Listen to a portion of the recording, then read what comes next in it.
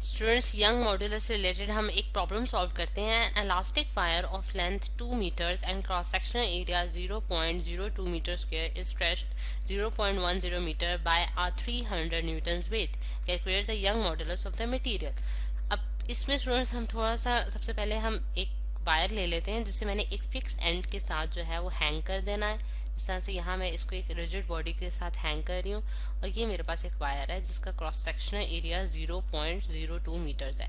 ठीक है स्टूडेंट्स, ये हमारे पास एक वायर होगी। अब अगर आप देखें स्टूडेंट्स कि इसको मैं फिल भी कर लेती हूँ क्योंकि ये हमारे पास एक वायर है। अच्छा, अब अगर आप देखें स्टूडेंट्स कि इसकी जो ओरिजिनल लेंथ जो कि हमें गिवन है वो कितनी है, हमारे पास 2 मीटर्स की इसकी लेंथ है, यानी कि यहाँ से यहाँ तक का जो इसकी लेंथ मैंने मेजर की है वो कितनी है, 2 मीटर्स। ठीक है। अच्छा, अब मैं इसके साथ स्टूडेंट्स एक वेट हैंग कर देती हूँ, यानी कि यहाँ मैंने इसके साथ एक वेट हैंग कर दिया है जिसका जो कि कितने न्यूटन्स का है स्टूडेंट्स, यानी कि वेट जो है वो हमारे पास 300 न्यूटन्स का है।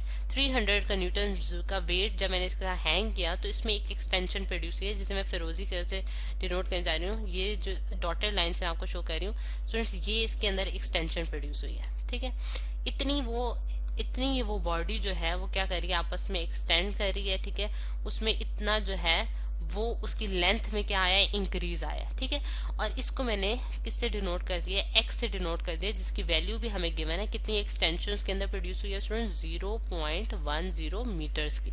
ठीक है, ये उसमें एक एक्सटेंशन प्रोड्यूस हुई है। अब आप देखें स्टूडेंट्स कि हमने जब यानी कि उसका क्रॉस सेक्शनल एरिया भी हमें गिवन है। अब क्रॉस सेक्शनल एरिया क्या होता है स्टूडेंट्स, अगर इसका मैं माइक्रोस्कोपिक व्यू दिखाऊं आपको, तो अगर मैं इसको जैसा ये सिलेंडर टाइप की हमारे पास वायर्स होती हैं, ठीक है, उसको अगर मैं यहाँ से कट कर देती हूँ तो मेरे पास जो उसका फ्रंट व्यू है वो एक सर्कुलर आपको नजर आएगा। ठीक है, और यही बेसिकली हमारे पास क्या होता है, क्रॉस सेक्शनल एरिया होता है।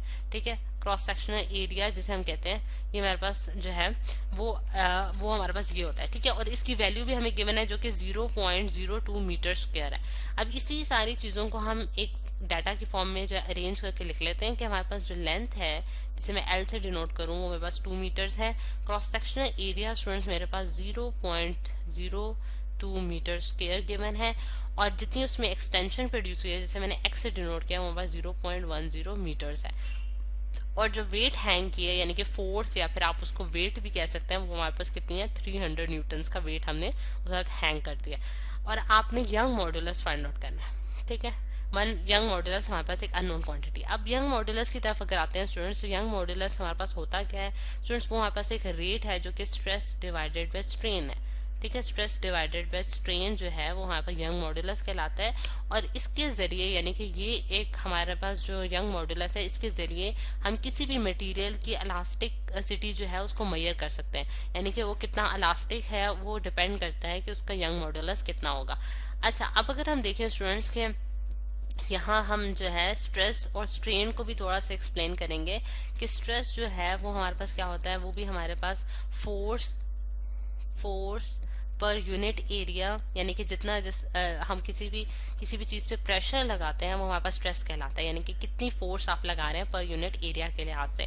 और स्ट्रेन हमारे पास क्या होता है स्टूडेंट्स, वो भी हमने पढ़ रखा है कि हमारे पास स्ट्रेन जो होता है वो हमारे पास एक रेशो होती है जो कि change in length divide by original length के बराबर होती है। यानी कि चेंज इन लेंथ जिसे मैंने एक्स से डिनोट कर दिया जो कि बेसिकली एक्सटेंशन भी कह सकते हैं हम उसको, और डिवाइडेड बाय ओरिजिनल लेंथ यानी कि उसके ओरिजिनल लेंथ जिसे हमने एल से डिनोट किया था, एल जो है वो हमारे पास यहाँ 2 मीटर्स है। यानी कि अगर आप देखें तो अगर आप ओरिजिनल जो चेंज इन लेंथ है यानी कि एक्स को अगर आप डिवाइड कर दें आप ओरिजिनल लेंथ से तो आपके पास स्ट्रेन आ जाएगा। और स्ट्रेन हमें बेसिकली यही बता रहा होता है कि उसके अंदर कितनी जो है वो हमारे पास उसके अंदर कितना जो चेंज हमें नजर आ सकता है, कितनी उसमें रेशो होगी उन दोनों की लेंथ के। ठीक है, यानी कि जो उसमें चेंज आया वो हमें पता चल जाएगा स्ट्रेन के जरिए। अच्छा, अब ये स्टूडेंट्स हमें सारी वैल्यूज जो है वो हमें नोन है तो हम इन सबको इनपुट कर सकते हैं to find the Young modulus. और स्ट्रेस जो है वो फोर्स पर यूनिट एरिया मैंने यूं करके लिख दिया है, और स्ट्रेन अगेन मैं change in length divide by original length की तरह लिखूंगी। फोर्स की वैल्यू हमें स्टूडेंट मालूम है जो कि 300 न्यूटन है, उसको डिवाइड करना है हमने क्रॉस सेक्शनल एरिया के साथ जो कि 0.02 मीटर स्क्वायर है, और डिवाइड करूंगी उसको मैं चेंज इन लेंथ जो कि 0.10 है, या फिर उसे आप एक्सटेंशन भी बोल सकते हैं। और आपके पास ओरिजिनल लेंथ कितनी है स्टूडेंट्स, 2 मीटर्स की ओरिजिनल लेंथ है। अब आप इन सारी वैल्यूज को कैलकुलेट कर लेंगे, यानी कि 300 डिवाइडेड बाय 0.02, तो आपके पास आंसर आ रहा है स्टूडेंट्स 15,000, ठीक है। और 0.10 डिवाइडेड बाई 2, तो आंसर आ रहा है 0.05। अच्छा, ये तो स्टूडेंट हमने इस तरह से कैलकुलेट कर लिया। अब आपको यूनिट्स का मैं थोड़ा सा एक्सप्लेन कर दूं। यूनिट्स जो है स्ट्रेस के हमारे पास होते हैं न्यूटन अपॉन मीटर स्क्वायर, यानी कि न्यूटन हमारे पास फोर्स का यूनिट है और एरिया का यूनिट मीटर स्क्वायर है। और अगर आप स्ट्रेन के यूनिट्स देखें तो स्ट्रेन जो है हमारे पास एक यूनिटलेस क्वांटिटी होगी, क्योंकि एक्सटेंशन भी हम मीटर्स में मेजर करते हैं और लेंथ जो है वो भी हमारे पास मीटर्स में होती है, तो मीटर मीटर से कैंसिल हो जाएगा, यहाँ हमारे पास एक यूनिटलेस क्वांटिटी बच जाएगी, ठीक है।